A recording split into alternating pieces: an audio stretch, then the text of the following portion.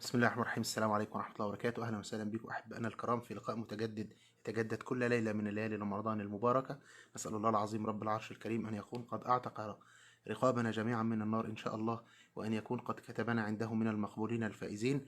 وزي ما تعودنا كل يوم إن شاء الله بنتكلم وبنقعد مع بعض شوية كده ندردش في مواضيع من مواضيعنا، وزي كل يوم برضه هطلع أقول تاني يا جماعة اتقوا الله في الأحاديث الضعيفة والموضوعة. النهارده فوجئت برضو بناس، يعني سبحان الله كأن الأحاديث بتتحدف عليا. برضو أحد الأحباب الفضلاء بعت لي قصة سيدنا أبو بكر راحوا سيدنا علي بن أبي طالب، وقفوا على الباب ويخبطوا على باب النبي صلى الله عليه وآله وسلم، واتفضل اتفضل انت الاول، واتفضل اتفضل انت الاول، ومش عارف ايه. طب ده انت اللي ربنا زوجك، مش عارف ايه، ده انت ابن بنت النبي، ده انت ابن مش عارف ايه، ده انت. الحوارات اللي كلها يعني انا احيانا يا جماعه والله بقعد افكر، طب هو الهدف ايه؟ يعني هي الناس اللي عماله تشغلنا باحاديث، تلاقي حديث باطل، حديث ليس له اصل في كتب السنه، واحد لمم كده حديثين من هنا على حديثين من هنا. ما هي المشكله بتبقى في ايه؟ ان حديث صحيح على حديث صحيح ويلزقهم كده قص ولزق مع بعض، ويعمل منهم قصه ويبصيها لك، فانت تلاقي ان في الحديث كده حاجه انت عارفها فتقول ده الحديث صحيح. لا يعني يا جماعة، احنا قلنا دلوقتي اصبح متوافر جدا موضوع الكشف على الاحاديث، بقى شيء في منتهى البساطة. وانا قلت اسماء قبل كده لمواقع، وزي الدرر السنية، وزي ما ارسلت عملت بوست عندي على الموقع في الفيسبوك هنا، وقلت يا جماعة ادخل دخل اول كلمتين في الحديث هيقول لك لفظه. عندنا كمسلمين علم الحديث لا يوجد له مثيل في اي دين من الاديان. هو طبعا ان الدين عند الله الاسلام، هو دين واحد، لكن هقول في اي شرع من الشرائع او اي فكر من الافكار او اي منهج، يعني مفيش حد عنده الاسلوب العلمي اللي هو اسلوب البحث عن الاحاديث ده غيرنا كمسلمين. واحنا قلنا ان ظهر ناس كتير، واتكلمت انا في الموضوع ده، مش هقعد اكرر كل شويه، لكن انا اعمل ايه؟ انا كل يوم الاقي واحد عمال يبعت لي حديث وكانه هو بيبعت لي هديه. وطلع برضو احد الاخوه الافاضل بعت لي النهارده لقاء لاحد الازاهره، جزاه الله خيرا، يعني على العين والراس طبعا الازهر ومن فيه. طالع برضو قاعد يحكي قصه، وانتوا عارفين ليه سيدنا ابراهيم ابنه اسماعيل كده؟ لا لا، ده هو كان قاعد مره فلقى واحد عاصي فدعا عليه. جبت الكلام ده منين يا مولانا؟ ويعني ايه؟ وعشان لما واحد كده قاعد مش واخد باله يقول لك ايه، وهذا رواه ابن العربي في تفسيره. طب تفسير ابن العربي مفيش الكلام ده، مفيش الكلام ده. واحنا عندنا اتنين ابن عربي، او نكون دقيقين، واحد ابن العربي ده من علماء السنة، وواحد تاني ابن عربي من علماء الضلال. فتلاقي ده ضرب كلمة من دي على كلمة من دي، والناس تشير وهي وشير في الخير. يا اخوانا، من كذب علي متعمدا فليتبوأ مقعده من النار. من كذب علي متعمدا فليلج النار. هتقول لي مش متعمد، هقول لك النية الصالحة لا تصلح العمل الفاسد. انت مطلوب منك تتحقق، مش كل ما واحد يقول. هو احنا ليه زي ما بنقول كل مره، ليه النبي هين علينا كده اي حد يدينا اي كلمه عليه نقوم مشيرينها؟ مع ان انا ممكن اجي في البيت اقول لابني روح يا حبيبي ودي دي، قابل اخوه في الطريق يقول له بابا قال لي روح اشتري كذا، يقول له بابا قال لك. اكيد بنستوثق قوي في امور الدنيا، انما في امور الدين يعني ما ينفعش. احبابي في الله، لازم نبقى يعني ناخد الامور كده بتأدة، يعني بالراحة بالراحة خالص كده، ونهدى ونشوف النبي صلى الله عليه وسلم قال الكلام ده ولا ما قالوش. لان ده تشريع، هينطبق عليه تشريع يا جماعة، هينطبق عليه فعل، يا اما فعل بتعمله فتؤجر عليه او تؤذر عليه. فبالتالي لازم تكون حضرتك مستوثق. زي ما بتكون بتشتري حاجة في البيت، خلاط جديد، مكوة، بتقرا الكتالوج بتاعها اللي تقدر تشغله بيها صح. لو انت بتقرا كتالوج المكوة وانت هتشتغل في ميكرويف يبقى غلط. فلازم تقرا الكتالوج الصح للحاجة الصح عشان تأدي الوظيفة الصح، عشان تأدي الوظيفة الصح. واحنا لا نقبل ذلك في الدنيا، فما بالك بالدين. فحضرتك اما تلاقي الاحاديث اللي منتشره دي وما اكثرها اليومين دول، وانا عارف ان في ناس احباب لينا بيعملوا الكلام ده بدافع خير، لكن بنقول يا جماعه النيه الفاسد. واحد نيته خير بس عمل شر، هيحصل برضو الشر، هيحصل برضو الشر. زي الناس دلوقتي اللي بتشرب كحول عشان تقضي على الفيروس. طب ما هو نيته خير، هل ما ماتش؟ ما هو مات. ما هو عمل نيته كويسة انه يقضي ويتداوى، والتداوي من السنة، لكن شرب كحول غلط. هل الكحول الغلط اللي شربه ده لان نيته كويسة ونيته ان هو يتداوى الكحول ما اذاهوش؟ اجابة من فضلكم. الكحول اذاه، بل وربما يموت. وفي سمعنا عن ان في ناس ماتت في ايران او في غيرها.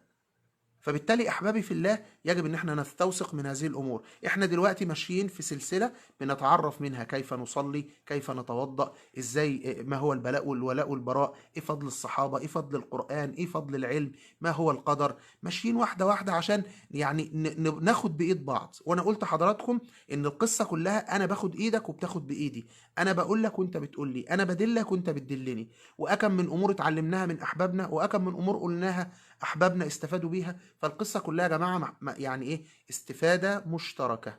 فارجو ان احنا نقف شويه كده عند الاحاديث ونعرف. وانا قلت قبل كده ان احنا عندنا علم، وبقول تاني اهوت، عندنا علم الحديث والجرح والتعديل وعلم الرجال والعلل والتراجم، لا يوجد له مثيل في اي شرعه واي منهاج اخر.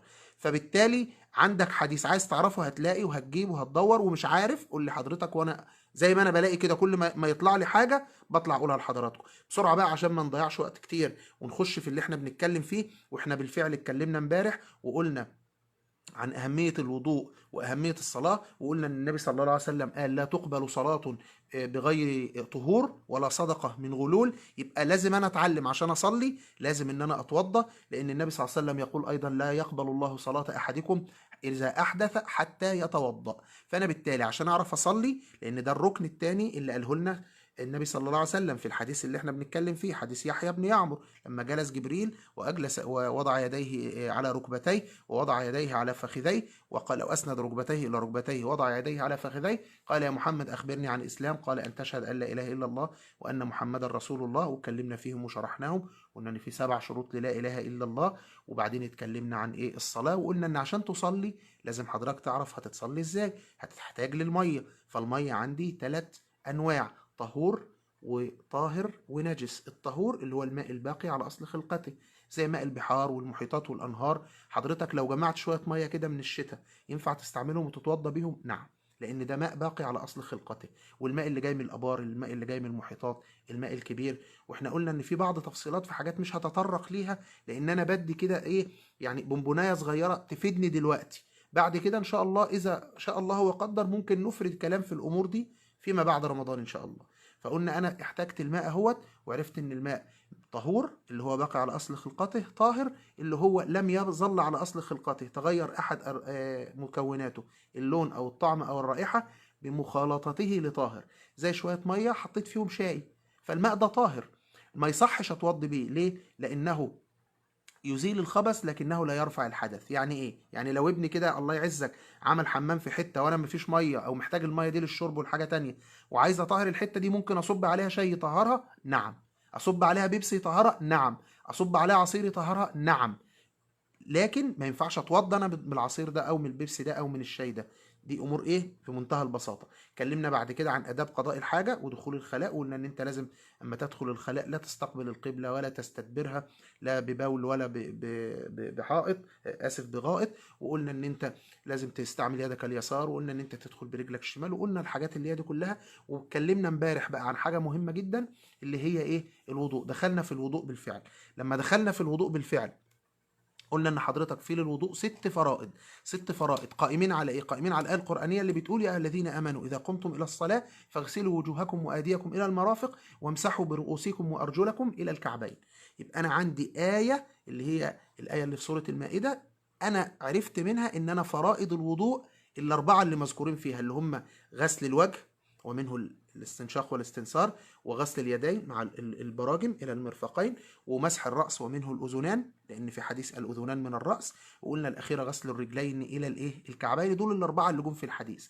بعد كده ضفنا عليهم من الفرائض ديت حاجتين 2. حاجه اللي هي ايه؟ الترتيب. لازم لما تيجي حضرتك تعمل تتوضا او تعمل الامور ديت لازم تتوضا بالترتيب اللي هو وارد في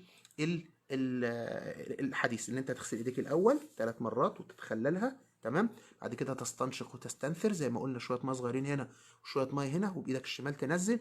تغسل وجهك، ولو في لحيه تتخللها، وهنتكلم على سنن الوضوء برضو دلوقتي. وبعدين تغسل بعد ما غسلت وجهك وهكذا تغسل ايديك الى المرفقين، وبعدين التاني، وبعدين بعد كده هتغسل قلنا راسك واذنك، وبعد كده هتغسل رجليك الى الكعبين. وفي ترتيب، لازم تعمل الكلام ده بترتيب.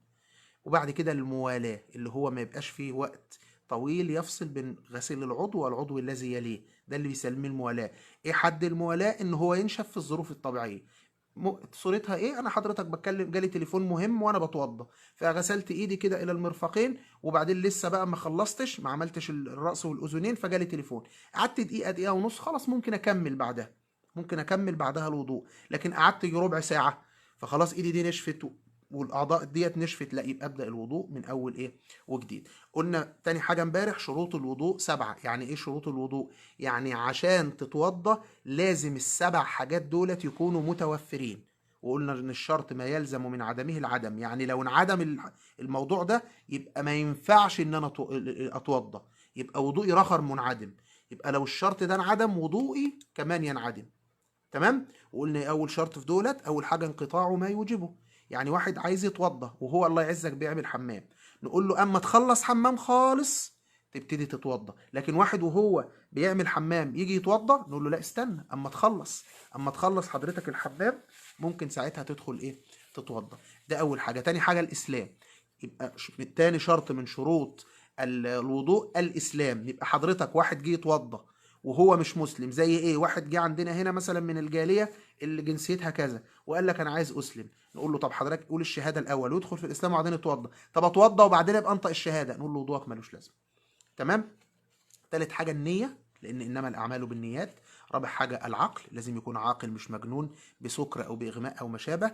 تالت حاجه ايه خامس حاجه ايه التمييز، لازم يكون مميز، هو بيتوضا ويكون انسان مميز. والمميز قلنا انه يعرف الصواب من الخطا بمنتهى البساطه كده، يعرف ان دي قدامه نار ما يلمسهاش، وان دي قدامه حاجه كويسه يستعملها، وهكذا. سادس حاجه الماء الطهور، لازم يتوضا بماء طهور. واحد ما لقاش ماء طهور، لا ماء طاهر، لقى شاي، لقى شوربه، لقى بيبسي، ممكن يتوضى بيهم؟ نقول له لا، لا يجوز انك تتوضى بيهم. طب اذا عدم الماء ده هنخش في سكه تانية اللي هي التيمم، وهنتكلم عليها برضو قدام ان شاء الله. بعد كده اخر حاجه ازاله ما يمنع وصوله، ودي حاجه خاصه غالبا بالاخوه او الاخوات، ان في ستات كتير بتبقى حاطه طلاء اظافر وتيجي تتوضى، نقول لها لما تحبي تتوضي حضرتك من فضلك زيلي طلاء الاظافر ده بالاسيتون او بالماده اللي انتوا بتتعرفوا عليها، وبعد كده توضي. لو لازال الاسيتون موجود، لا. واحد بيشتغل نقاش وفي كون طبقه على ايده، والطبقه ديت ممكن تزال، ممكن تزال لان في بعض الدهانات بتلزق ما بتطلعش، وممكن تزال. لا زيل لو سمحت الدهان ده، وبعدين ابتدي توضى عشان تصلي، الا اذا كان ازالته في مشقه كبيره او في يعني صعب ان هو يشيله، ففي الحاله دي ان شاء الله يعني يعفى عن ذلك. لكن واحده حاطه منوكير او حاطه لي طلاق اظافر، طبعا لا مش يعني حضرتك لا، لازم تزيليه، لازم تزيليه. طيب كده احنا اتكلمنا عن شروط الوضوء واتكلمنا عن فرائض الوضوء. تعال نتكلم النهارده عن سنن الوضوء، بعض الحاجات كده الحلوه وهنقولها بعجاله لانها سنن. وطبعا مش سنن يعني نقلل في شأنها، لا، انت حضرتك زي ما تكون قاعد كده والحسابه بتحسب والاجر بيزيد، فتتزود من الاجر حضرتك في السنن، فيستحسن جدا ان حضرتك تعملها عشان لو في زلل او خطأ او نقصان يجبرها هذه السنن. فنعرف السنن ديت مش هنخسر حاجه. نعرف سنن الوضوء. ايه هي سنن الوضوء اللي احنا المفروض نعرفها؟ اول حاجه في سنن الوضوء التسميه. انا عندي 10 سنن، هتكلم في 10 سنن وهم احنا بنعملهم. انا مش عايز حضرتك تبقى قلقان، ده قال لي في الفرائض 6 وقال لي في الشروط 7 وهنا هيقول لي في السنن 10. هو انا هرجع بقى اقعد احفظ اسامي وارجع اقعد اتعلم من الف باء يا عم الشيخ؟ انت كده هتتعبني معاك. لا حبيبي، صلى على اللي يشفع فيك صلى الله عليه واله وسلم. الموضوع بسيط. احنا غالبية الاشياء اللي بتحصل دي احنا بنعملها، احنا اصلا بنعملها. بس المشكله ان انا ايه، انا بنعش الذاكره، انا بدوس F5 بس، بعمل ريفرش كده. احنا الحاجات دي غالبا ان شاء الله احنا بنعملها، بس احنا بنذكر من باب وذكر، ومن باب ان بعض الناس كانت طلبت مني ان انا اتكلم في المواضيع دي، ومن بعد ان وغير كده طبعا ان الحديث نفسه اللي انا بشرح فيه اللي هو حديث نزول جبريل جه الوقت الكلام فيه عن الصلاه، فانا مطلوب مني ان انا اقيم الصلاه. طب من ضمن اقامه الصلاه ادائها على الصواب. طب عشان اقيمها صوابا يبقى هتوضى لها صح، يبقى هتوضى لها الوضوء ايه الصحيح. فنيجي نقول ايه اول حاجه في شروط في سنن الوضوء. اول حاجه في سنن الوضوء اللي هي يسن انك تعملها التسميه، بسم الله الرحمن الرحيم، وطبعا سرا سرا. تاني حاجه عند الوضوء السواك. يسن لما تيجي تتوضى انك تستاك. قال النبي صلى الله عليه وسلم: لولا ان اشق على امتي لامرتهم بالسواك عند كل صلاة. لولا ان اشق على امتي، لولا انها هتبقى صعبة عليهم كنت لامرتهم بالسواك عند كل صلاة. فيستحب جدا ان حضرتك تستعمل السواك. طب انا ما استعملتوش، خلاص مفيش مشكلة، وضوءك صحيح. ولو عملت الحاجات اللي احنا طلبناها، ان انت عملت الست فرائض وامتنع وحققت السبع شروط، خلاص وضوءك صحيح. عملت دول ثوابك هيزيد. واحد عملهم واحد ما عملهمش، اللي عملهم ان شاء الله نسأل الله عز وجل ونتوقع ان شاء الله ان هو ثوابه يبقى اعلى، لان احنا طبعا ما بنحجزمش لحد بثواب او عقاب. تمام. طيب يبقى التالتة بعد التسمية والسواك غسل الكفين. يسن لحضرتك قبل ما تدخل في الوضوء خالص كده تقوم داخل غاسل ايديك بس كده، خاصة لو كنت مستيقظ من النوم، لأن أنت لا تعلم أين باتت يدك، أنت ما تعرفش إيدك دي ربما كانت فين أو كده. فنقول إن أنت اغسل إيديك الأول 3 مرات، وخاصة إن الكلام ده كان زمان بيغسله من الإناء، يعني يجيب من الإناء ويتوضأ. فلو إيديك فيها حاجة لا قدر الله نقول لك لا، ابعد عن إن أنت تنجس الإناء اللي أنت فيه ده، لو لعل إن إيديك فيها نجاسة، حاشا لله يعني. فاغسل إيديك تكفين 3 مرات. تالت حاجة البداءة قبل غسل الوجه بالمضمضة والاستنشاق، انك تبدأ قبل ما تغسل وشك كده بانك تتمضمض وتستنشق. ويسن ايضا، دي السنة الخامسة بقى، المبالغة فيهما لغير الصائم. يعني يسن ان انت تبالغ في المضمضة والاستنشاق لحديث النبي صلى الله عليه وسلم: بالغ في المضمضة والاستنشاق الا ان تكون صائما. فهتبالغ فيهم، لان ده من باب يعني شو حضرتك بيقول الكورونا ومش انا مش هقول لك بقى زي الناس اللي طلعت وان الذي مؤمن يتوضأ ومش عارف فلا تصيب الكورونا. لا، هتصيبك اذا كان مقدر انها تصيب هتصيب، لكن هي من باب السنه ومن باب ان احنا نعملها اقتداء بالنبي صلى الله عليه وسلم. وربما افادتك في ان فعلا لو الفيروس موجود انت حققت رطوبه، والفيروس ما بيحبش الرطوبه زي ما بيقولوا.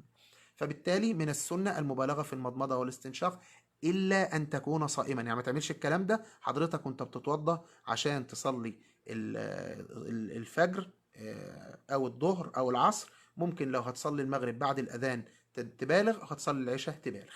تمام. طب السنه اللي بعد كده، الجماعه اللي زي حالاتنا اللي هم عندهم لحيه كثيفه كده، نقول لك تخليل اللحيه الكثيفه. يجيب ميه كده ويقعد يخلل في اللحيه، مش خليلها عملها يخلل يعني، لا يتخللها يعني يحط فيها، يحاول يوصل الماء الى اصل الى اصل البشره، اللي ده اللي بيسموه تخليل اللحيه الكثيفه. من السنه ايضا تقديم اليمنى على اليسرى، والنبي صلى الله عليه وسلم كان يحب التيامن في اموره كلها، فانك تقدم اليمين على اليسار. ديت السنه السبعه. السنه الثامنه دلك الاعضاء، وانت بتتوضى كده تقعد تدلك. في ناس يعمل كده يعني مشي حالك، لا، يسن ان حضرتك اما تعمل كده تدلك في الاعضاء، يعني تدلكها كده، تدعك فيها جامد، بحيث ان انت يعني تخلي البشره يعني زي تجري الدوره الدمويه كده زي ما بيقولوا. تمام. بعد كده طبعا اخر حاجه في السنن الدعاء بدعاء مأثور، زي اشهد ان لا اله الا الله وحده لا شريك له واشهد ان محمدا عبده ورسوله. او ان حضرتك تقول مثلا اللهم اجعلني من التوابين واجعلني من المتطهرين. ودي طبعا من الادعيه المأثوره اللي النبي صلى الله عليه وسلم علمنا ان احنا ندعو بها. طيب بعد ما عملت الحاجات ديت مفروض مني ان انا اعمل ايه بعد ما عملت الحاجات ديت اللي هم سنن الوضوء اللي هم العشرة. انا اقول لهم تاني كده: التسمية، السواك، غسل الكفين، البداءة بغسل الوجه في عند غسل الوجه بالمضمضة والاستنشاق، المبالغة فيهما لغير الصائم، تخليل اللحية الكثيفة، تقديم اليمنى على اليسرى، الغسلة الثانية والثالثة. دي معلش نسيت اقولها، الغسلة الثانية والثالثة، لان انت لو غسلت مرة واحدة وضوءك صحيح، لو غسلت التانية والتالتة ده يعتبر سنة برضو وتؤجر عليها طبعا. بعد كده دلك الأعضاء آخر حاجة اللي هي الدعاء بعده بالدعاء المأثوري. بدأ حضرتك اللي انت ممكن تعمله لو حضرتك بتتوضى. وعرفنا كده كل ما يخص الوضوء، هيتفضل لنا نواقض الوضوء هقولها لك، ما تقلقش. انت كده حضرتك عرفت تتوضى وعرفت ما يخص الوضوء كاملا إلا اللي ينقضه. عرفت ان انت فرائضه الستة اللي احنا قلناهم، الستة اللي احنا قلناهم كده. يبقى اما حضرتك هتيجي تتوضى عارف فرائض الوضوء، وتقول لي طب ايه الفايدة يا شيخ الفرائض والسنن؟ ان الفرائض دي لو في واحدة فيهم عدت من حضرتك ما عملتهاش صح، وضوءك مش صحيح. وضوءك مش صحيح لان دي فرائض مفروضة عليك. طب السنن عملتها او ما عملتهاش وضوءك صحيح، لكن عملتها ان شاء الله تؤجر، ما عملتهاش مش هتؤجر، مش هيبقى عليك وزر. تمام. يبقى كده عرفنا كده شروط صحة الوضوء لازم تحققها. لو ما حققتهاش وضوءك برضه ملوش لازمه. يعني واحد اتوضى بدون نيه، زي دخل يتشطف في الحر وبعدين طلع قال لك ايه ده ما انا اتشطفت اتوضى. نقول له ده انت عداك حاجات كتير، انت عداك النيه وعداك الترتيب وعداك الموالاه وعداك حاجات كتير قوي في شروط الصحه. ما ينفعش حضرتك تصلي، لازم حضرتك تكون نويت وتكون عملت ترتيب وتكون عملت موالاه وتكون عملت زي ما المفروض يتعمل، ويكون انقطع ما يوجبه، ويكون كل الحاجات ديت، فانت حضرتك ما عملتهاش فما ينفعش وضوءك. فبالتالي احنا بنقول الوضوء الفرائض والسنن والشروط عشان تستفيد. تعال نتكلم في حتة مهمة قوي، واهمية الحتة دي انت تستغرب لها حضرتك، اللي هي حتة المسح على الخفين، اللي هو انك تمسح على الشراب او تمسح على الشوز اللي حضرتك لابسه او الخف او الجورب او ما الى ذلك. والنقطة دي مهمة جدا يا جماعة، لان في بعض الطوائف في الإسلام بينكروها تماما، مع إنها ثابتة بالأدلة الصحيحة الصريحة. لكن لدرجة إنك ممكن تلاقي موضوع المسح على الجوربين أو المسح على الخفين ده في بعض كتب العقيدة. ليه؟ بس ده عشان رد على الناس اللي بتنكر هذا الأمر. طيب جزاكم الله خيرا وجزاكم الله خيرا. الناس اللي بتتكلم في المسح على الخفين، ايه هو المسح على الخفين ده؟ ان حضرتك تبقى لابس في رجليك حاجة زي شراب او لابس حذاء او لابس خف او لابس نعل وعايز تمسح عليه. طيب عشان تمسح عليه، عشان انا دلوقتي عايز البس شراب وعايز امسح عليه، وده مهم جدا. هتقول لي ايه اهميته؟ اقول له اهميتها في الشتاء بنبقى متلجين اصلا ومش قادرين نقلع الشراب الله يعزك، فانا عايز البس الشراب. او انا مثلا راجل بروح الشغل، هل كل ما يجي وقت صلاة اقلع الشراب واغسل رجليا وبعدين تبقى رجليا مبلولة والبس الشراب تاني، وربما ده يؤدي الى بعض الروائح الغير طيبة وكده؟ ولا في عندي رخصة في الاسلام ان انا امسح؟ فيقول لك في رخصة انك تمسح. طيب عشان تمسح على الايه، على الشراب او على الخف او على الجورب دوت، في عند حضرتك 3 شروط عشان تلبس الشراب ويجوز لك انك تمسح عليه. عندك 3 شروط لازم تحققهم. يا شيخ احنا بنقول دلوقتي الحديث بيقول واقام الصلاه وشهاده ان لا اله الا الله محمد رسول الله واقام الصلاه، انت ايه اللي جابنا في المسح على الخفين بس الله يهديك؟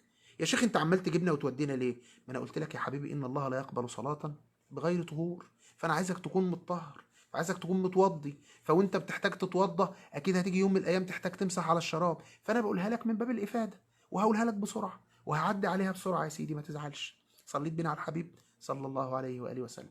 طيب قلنا ان في 3 شروط عشان تمسح على الجورب او الخف او الشراب او ايه او ما شابه. اول حاجه لبسهما بعد طهاره مائيه. صلى على الحبيب صلى الله عليه وسلم. يعني ايه لبسهما بعد طهاره مائيه؟ يعني لازم تكون متوضي بميه، ما تكونش متيمم. وهيجي لنا التيمم وهنتكلم عنه بعدين. كل حاجه هنتكلم عنها ما تقلقوش.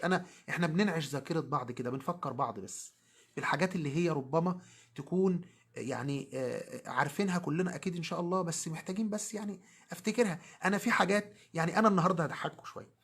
انا النهارده انا بشرب شاي دايما بعد الفطار، فانا في مثلا علبه الشاي وفي علبه السكر، وانا بشرب سكر معين كده اللي هو سكر اللي هو ستيفيانا دوت، عشان ايه ما يبقاش السكر وما يعليش السكر وبتاع وكده.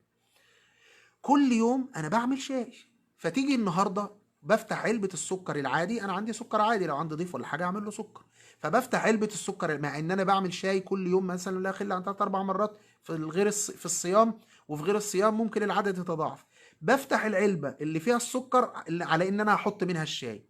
طب ازاي مع اني كل يوم بعملها؟ لك انت بتحتاج احيانا كده حاجه تذكرك، تحتاج حاجه تفكرك كده، حاجه يعني تنعش الذاكره. بتحصل احيانا ببقى لابس النضاره واقعد ادور عليها واقعد ادور عليها. احيانا ببقى اتكلم في الموبايل واقول للي معايا يا اخي سبحان الله انا ما شفتش الموبايل بقالي فتره، امال انا بكلمه في ايه دلوقتي؟ في البوتاجاز؟ انا بكلمه في الموبايل. بس بتحصل كلنا ان احنا ايه عقلنا كده شويه ايه يعني يسرح شويه بتاع ده، وارد يعني ده وارد. فنتكلم بقى في اللي بنقول عليه، ان حضرتك لازم النهارده اما تمسح على الخف لازم تكون لابسه على طهاره مائيه، ما تكونش لابسه الا على طهاره مائيه، يعني تكون متوضي بميه وبعدين تلبسه. اوكي؟ في الحاله ديت يبقى انت حققت الشرط الاول، لان ال3 شروط لازم تتحقق مع بعضها. مش شرط اذا حققت شرط مثلا تعدي للمرحله اللي بعدها، لا، ده هما ال3 شروط مع بعض. يبقى اول شرط لبسهما بعد طهاره مائيه، يكون الشراب ده او الجورب ده انت لابسه بعد طهاره مائيه. الشرط الثاني سترهما لغالب محل الفرض، يعني تكون لابس شراب او تكون لابس حذاء يعني مغطي معظم القدم. فانا ليه بنقول الحته دي؟ لان بعض الناس بيلبس مثلا شراب ويبقى فيه قطع صغير كده، مثلا قد الصباع كده او بتاع، فيقول لك امسح ولا ما امسحش؟ لا، يمسح، لان هو يستر غالب محل الفرض. اللي هو محل الفرض ايه؟ اللي هو قدم حضرتك، من القدم كلها الى الكعبين، اللي هم العظمان الناتئان على جانبي القدم. طيب، ده الشرط الثاني. طب الشرط الثالث، طهارة عينهما. يعني ايه طهارة عينهما ده؟ يعني الشراب اللي انت لابسه ده مثلا ما يكونش من جلد خنزير، تمام؟ ما يكونش من جلد مثلا تمساح، ما يكونش من جلد مثلا حيوان، كلب مثلا والعياذ بالله، ذئب مثلا، دب مثلا. في ناس عندها كده، في ناس كده، فاحنا بنقول من باب بيان الامر.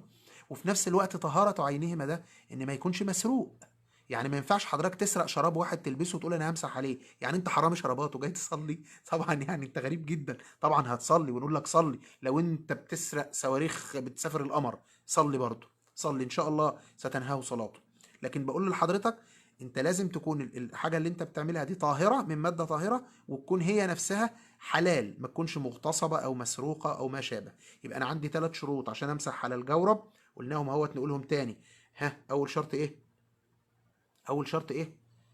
لبسهما بعد الطهاره المائيه، لبسهما بعد كمال الطهاره المائيه. تاني حاجه ايه؟ سترهما لغالب محل الفرض. تالت حاجه ايه؟ طهاره عينهما، طهاره عينهما. طيب لو انا لبست الشراب وتحققت فيه ال3 شروط دولت، طيب البسه؟ تلبسه لمده قد ايه؟ يجوز المسح على الشراب او اللي هو الجورب يعني، او الخف او كده، يوم بليله للمقيم. للمقيم اللي هو مش على سفر. يعني انا قاعد هنا في المكان بتاعي وبروح الشغل وباجي، مش بسافر، ده مش سفر. فيجوز لي اليوم بليله، وتحسبهم من اول ما مسحت، مش من اول ما لبست.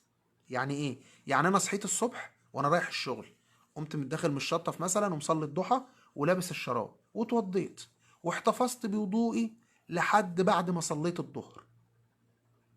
يعني لحد ما صليت الظهر احتفظت بوضوئي. اما جيت اصلي العصر مسحت على الجورب. يبقى استنى لحد تاني يوم من ساعة ما صحيت من النوم، ولا لحد تاني يوم العصر؟ لا، لحد تاني يوم العصر. يبقى تحسبها من اول مسحة مسحتها، مش من اول ما لبست الجورب. وصلت؟ يبقى المسح يبقى يعد يوم بليلة للمقيم من اول ما مسحت عليه. ليه تتحسب اللي بعدها يوم بليلة؟ مش من اول ما لبست الجورب، لا، من اول ما مسحت عليه اول مسحه. طب والمقيم ده حاله. طب المسافر 3 ايام بلياليهم، 3 ايام بلياليهم. يبقى انت تقعد 3 ايام بلياليهم تقدر تمسح على الجورب بتاعك وانت مسافر. بس ما تقلعوش خالص. امتى بقى لازم تقلعه؟ اللي هي الحالة الثالثة بقى، او الضابط الثالث اللي هنتكلم فيه. امتى لازم تقلعه؟ لازم تقلعه إذا أحدثت حدثا أكبر. يعني إذا الرجل مثلا أصبح جنبا، أو جامع زوجته، أو امرأة أصابها الحيض أو النفاس مثلا. في هذه الحالة نقول لها لا، لازم تقلع الشراب بقى، وبعد كده بعد ما تتطهري ويبقى يجوز إنك تتوضئي تبقي تلبسي تاني.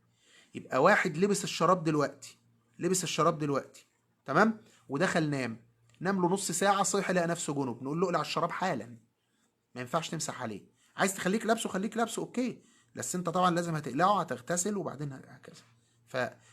ست لبست الشراب مثلا وبعد كده اصابها مثلا عزكم الله الحيض، هنقول لها خلاص لازم تقلعي الشراب حالا. طبعا مش تقلعيه حالا يعني كده، لا، هو كده كده مش هي مش هتصلي ولا هتعمل، لكن اصبح ان هو ايه، لا يجوز المسح على الايه الشراب. او رجل مثلا جامع زوجته، او امراه معها زوجها، نقول لهم لا، اقلعوا الشراب هنا، لا يجوز المسح عليه بقى. يبقى هتستحموا كده، فبالتالي لازم هتقلعوه ولا يجوز المسح عليه. تالت حاجه، تاني حاجة آسف، امتى لازم تخلعوا الشراب، أو خلاص المسح لا يجوز. احنا قلنا أول حاجة المسح لا يجوز لما يحدث حدث أكبر. الحاجة التانية أو المبطل التاني انقضاء المدة، عدى ال3 أيام للمسافر أو اليوم بليلة للمقيم. يبقى واحد لابس الشراب، لو أحدث حدث أكبر نقول له لازم، ما ينفعش تمسح على الشراب. أو إذا عدت اليوم بليلة، أو عدت ال3 أيام بلياليهم، نقول له لا، لازم تمسح على الشراب، تتوضى وضوء مائي وتلبسه تاني لو عايز. او انك خلعته، اذا خلعته، تمام. يبقى حضرتك لبست الشراب، اتوضيت وبعدين لبست الشراب وبعدين جيت ايه قلعته، تمام، وبعدين جيت تلبسه تاني، ما ينفعش بقى ان انت تمسح عليه، ما ينفعش ان انت، لان انت خلعته. فاما هتيجي تمسح عليه بتبقى بعد كده هتبقى انت ايه، ما لبستهوش على طهاره مائيه، ما لبستهوش على طهاره مائيه.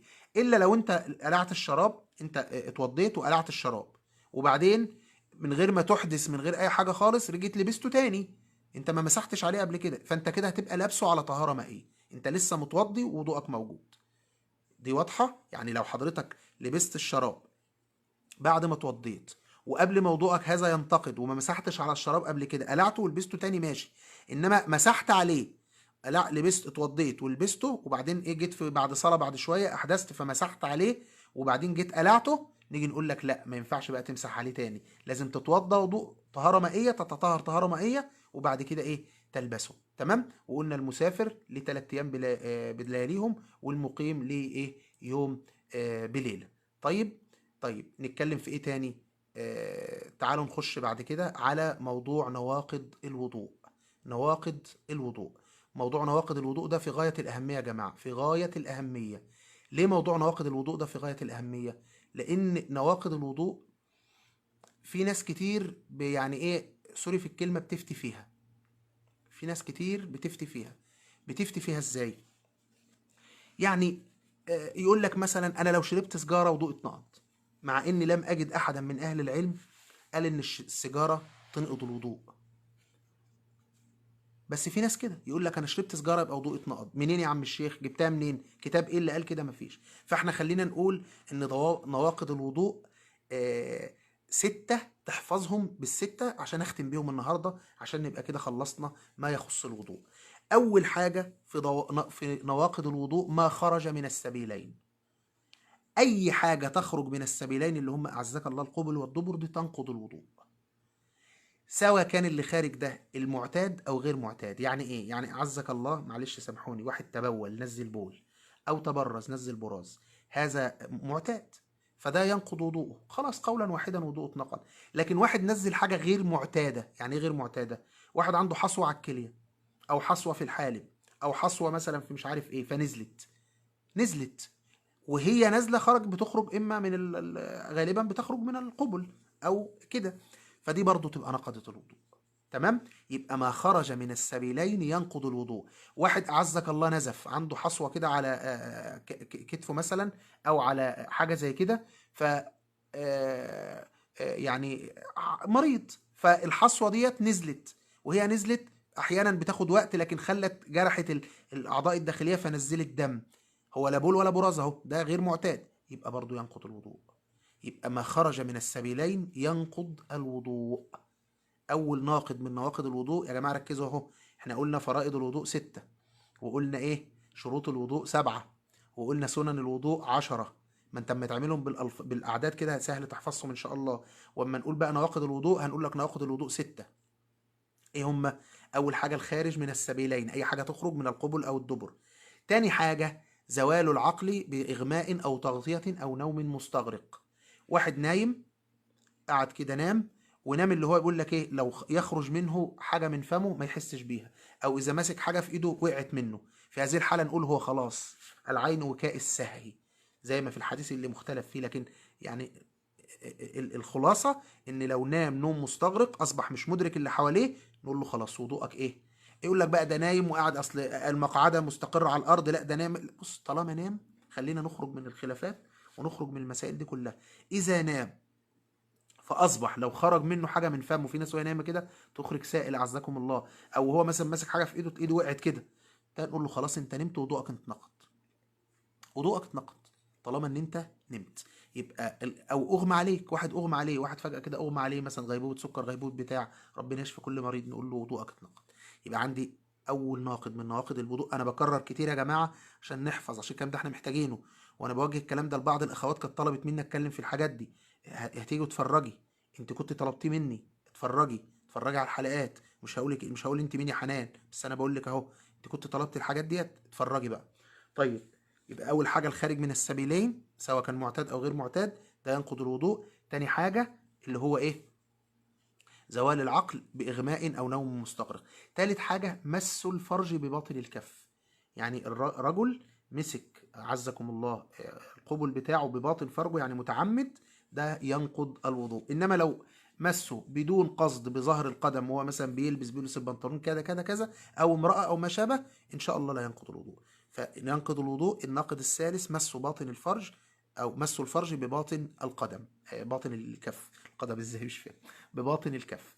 رابع حاجة أكل لحم الإبل. ليه؟ لأن النبي صلى الله عليه وسلم قال توضؤوا من لحم الإبل، توضؤوا من لحم الإبل. وسيبك من بعض الناس اللي تقول لك أصل النبي صلى الله عليه وسلم كانوا الصحابة قاعدين وبعضهم كان الإبل يعني أحدث، فالنبي عشان ما يحرجهمش. التشريع ما فيهوش الطبطبة دي، التشريع ما فيهوش ان انت النبي يشرع فيجيب لهم، لا، النبي ممكن يقول ما بال اقوام كذا كذا فيفعلوا كذا مثلا، مش هيحرج حد. ده النبي صلى الله عليه وسلم بالمؤمنين رؤوف رحيم. فالناس اللي بتطلع كده يعني بعض اللفتات اللي تحب تستفزلك دي، نقول لهم الكلام ده مش صحيح. من اكل لحم ابل فليتوضا. ليه؟ النبي صلى الله عليه وسلم قال توضؤوا من لحوم الابل. قالوا ولحوم الغنم؟ قال لا تتوضؤوا منها. فخلاص النبي صلى الله عليه وسلم حدد ليه لحوم الابل، ما ليش لحوم. هو اما اتحرم لحم الخنزير كان حد عارف ان في دوده شرطيه الصحابه لا، سمعنا واطعنا يا جماعه. توضؤوا من لحوم الابل. يبقى لو في لحوم ابل، حد اكل لحم ابل، وده صعب شويه يعني. هنا انا بقالي في السعوديه 6 7 سنين مثلا، حاشي كبسه حاشي، عمري ما فكرت اروح ادوقها، عمري يعني. هو كده لان حاجه مش متعود عليها، فلا عيب ولا حرام. بس بقول لك اذا اكلت لحم ابل عليك ايه؟ ان تتوضا. الناقض الخامس النبي صلى الله عليه وسلم قال اللي هو ايه؟ اذا التقى الختانان وجب الغسل. يعني اللي هو موضع الختان في الرجل من موضع الختان في المرأة. يعني رجل كان مع زوجته ينتويان مثلا ان هو ياخذ الحق الشرعي منها، وبعدين ايه قبل ما يلتقي الختانان لسه مثلا يعني بيحتضن او ما الى ذلك، جاله تليفون فقام وهو مثلا كده، طب بيتوضى؟ مش متوضى ليه؟ ما التقاش الختانان. انما التقى الختانان، التقى الختانان بقى اللي هم ايه؟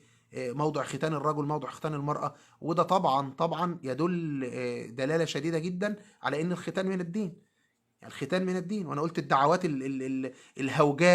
الهوجاء اللي بتتكلم على الختان وان الختان خطأ. انا عايزكم بس كده ايه، حد يجيب يفتح النت كده ويقول رأي الامام مالك في الختان، رأي الامام ابو حنيفة في الختان، رأي الائمة الاربعة. اظن احنا بنعتد بالائمة الاربعة كلنا، مفيش حد فينا بيختلف. الامام مالك اوجب الختان على المرأة، اوجبه، مش قال بس انه ده اوجبه. ده الامام ابو حنيفة قال اذا اجتمع اهل قطر على ترك الختان فعلى ولي الامر ان يقاتلهم، ان يقاتلهم. في كلام للامام مالك في الموضوع ده، ارجعوا له، خطير جدا، خطير جدا. احنا يا جماعه مش ضد ان احنا ما بنقولش ان ده حاجه جائره، وان حق المراه واحترام. سيبك من الهبل اللي انتوا بتقولوه ده. المراه ايه النبي صلى الله عليه وسلم من ما بينقل عن الله عز وجل ما ينطق عن الهوى ان هو الا وحي يوحى. واللي بينطق عنه ده هو الله اللي خلق المراه واللي عارف مصلحتها.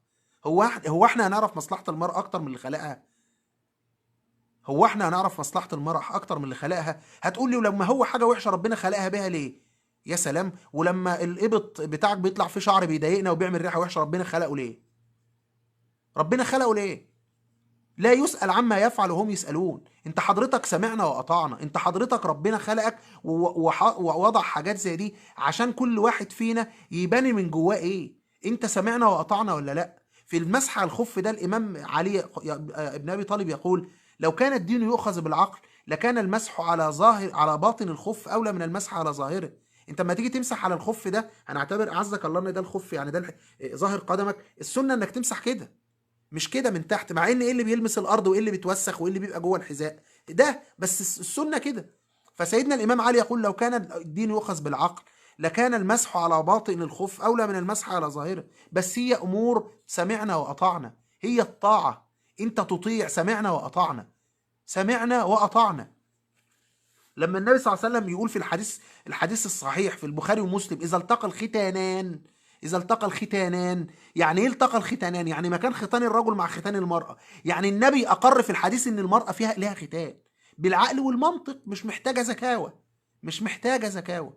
اذا التقى الختان، وقلنا امبارح الحديث 5 من الفطرة، ورواية تانية 10 من الفطرة، قال منها الختان، قال منها الختان. واحنا بنقول يا جماعه الختان من الدين. مش عاوز تختن بقى وعايز انت دي قصه تانية هنتكلم فيها بعدين. انما ما تجيش تقول لي الختان عاده جاهليه، الختان جائر، مفيش دوله بتعمل كده غير مصر، ده كله ارميه في يعني لا يساوي الحبر اللي بيتكتب بيه. انا خلقت لان ربنا قال وما خلقت الجن والانس الا ليعبدون، ومن ضمن عبادته هي اسم جامع لكل ما يحبه الله ويرضاه من الاقوال والافعال الظاهره والباطنه. ربنا ارتضى لي ان انا اختتن، يبقى اختتن. سيدنا ابراهيم يختتن وعمره 80 سنه بالقدوم، وانت جاي تقول الختان مش من الدين، الختان مش من السنه؟ يا اخي ده الازهر الشريف عندنا منزل فتوى بقالها اكتر من 20 سنه بيتكلم فيها عن الختان ومأصل اصوله، وقال الختان من الدين قولا واحدا. انما جت فجاه كده قال لك نقلب على الختان، قلبنا على الختان. طب بقى حاربتوا الختان، البنات اتعدلت وامورها اتظبطت وعرفت ربنا ومشيت بما يرضي الله، يعني خلاص وقفنا الختان يا سيدي. ده حل ازمه المسلمين في الختان، عملناه. ثم ماذا؟ فكان ماذا؟ ما عملنا ايه يعني؟ ايه الختان حل مشاكل المسلمين؟ انما هي كلنا عارفين ايه المواضيع. فمفيش داعي ان احنا نحاد الله ورسوله ونحارب سنة نبينا صلى الله عليه وسلم. طالما النبي صلى الله عليه وسلم قال اذا التقى الختانان وجب الغسل، يبقى خلاص في ختان. مش عاوز تختن يا سيدي انت حر. يبقى حد قال لك تعالى اما نبقى نجبرك تختن او ما تختتنش؟ حد قال لك نجبرك على كده؟ انت موافق ان في الجاهليه يعيروا المراه ويقولون يا ابن القلفاء؟ اللي كانوا بيحبوا يشتموه ويعيروه بامه فكانوا يقولوا له يا ابن القلفاء، يعني يا ابن اللي امك لم تختتن. شتيمه. عايز تجعلنا معيره او عايز تبقى معيره او عايز تتشتم، انت حر. الدين ما بنجبرش حد على حاجه يا اخوان، ولا انا ماسك سيف بقول ده اللي اعمل وده ما اعملش. انا ما انا الا عبد فقير حقير الى الله، بجيب قال الله وقال الرسول، وبجيب صحيح البخاري وصحيح مسلم والاحاديث الصحيحه. مش ما بجيبش دين من عندي، ما بنخترعش. احنا بننقل مجرد نقله، بننقل لحضرتك اللي النبي صلى الله عليه وسلم قاله واللي ربنا سبحانه وتعالى قاله. هتقول لي ما الشيخ فلان حلل، الشيخ على عيني وراسي، فين دليله وفين دليلنا؟ بس بمنتهى البساطه، وانت على العين والراس وهم على العين والراس. فبقول لحضرتك من نواقض الوضوء عشان اقفل بقى، اذا التقاء الختانين، اذا التقى موضع ختان الرجل مع موضع ختان المراه يبقى يجب هنا الايه؟ الوضوء.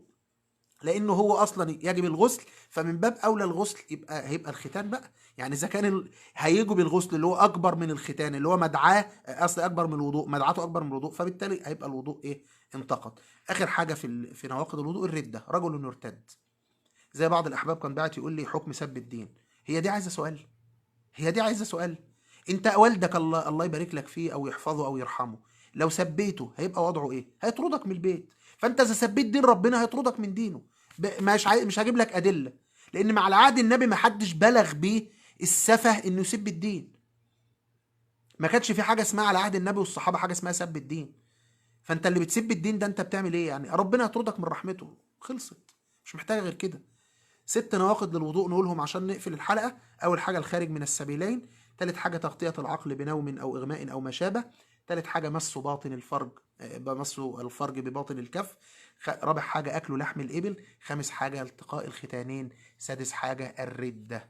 لما تلاقي واحد صاحبك ربنا ابتلاه بسب الدين والعياذ بالله او بيقول كلام كده، تقول له قوم اتوضى، قول له قوم اتوضى، وضوءك اتنقض والعياذ بالله. اتمنى تكون الامور دي فادتنا كلنا.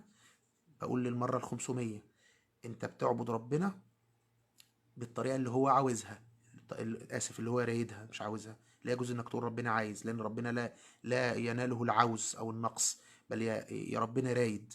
ربنا سبحانه وتعالى رايد بطريقه معينه انك تعبده.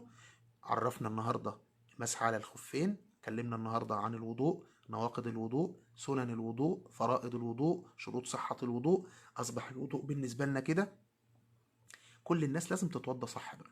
صحح دينك، صحح عقيدتك، صحح عبادتك. أسأل الله العظيم رب العرش الكريم أن يعلمنا ما ينفعنا وأن ينفعنا بما علمنا وأن يجعله خالصا لوجهه. هتوحشونا لحد ما نشوفكم بكرة إن شاء الله. سلام الله عليكم ورحمته وبركاته.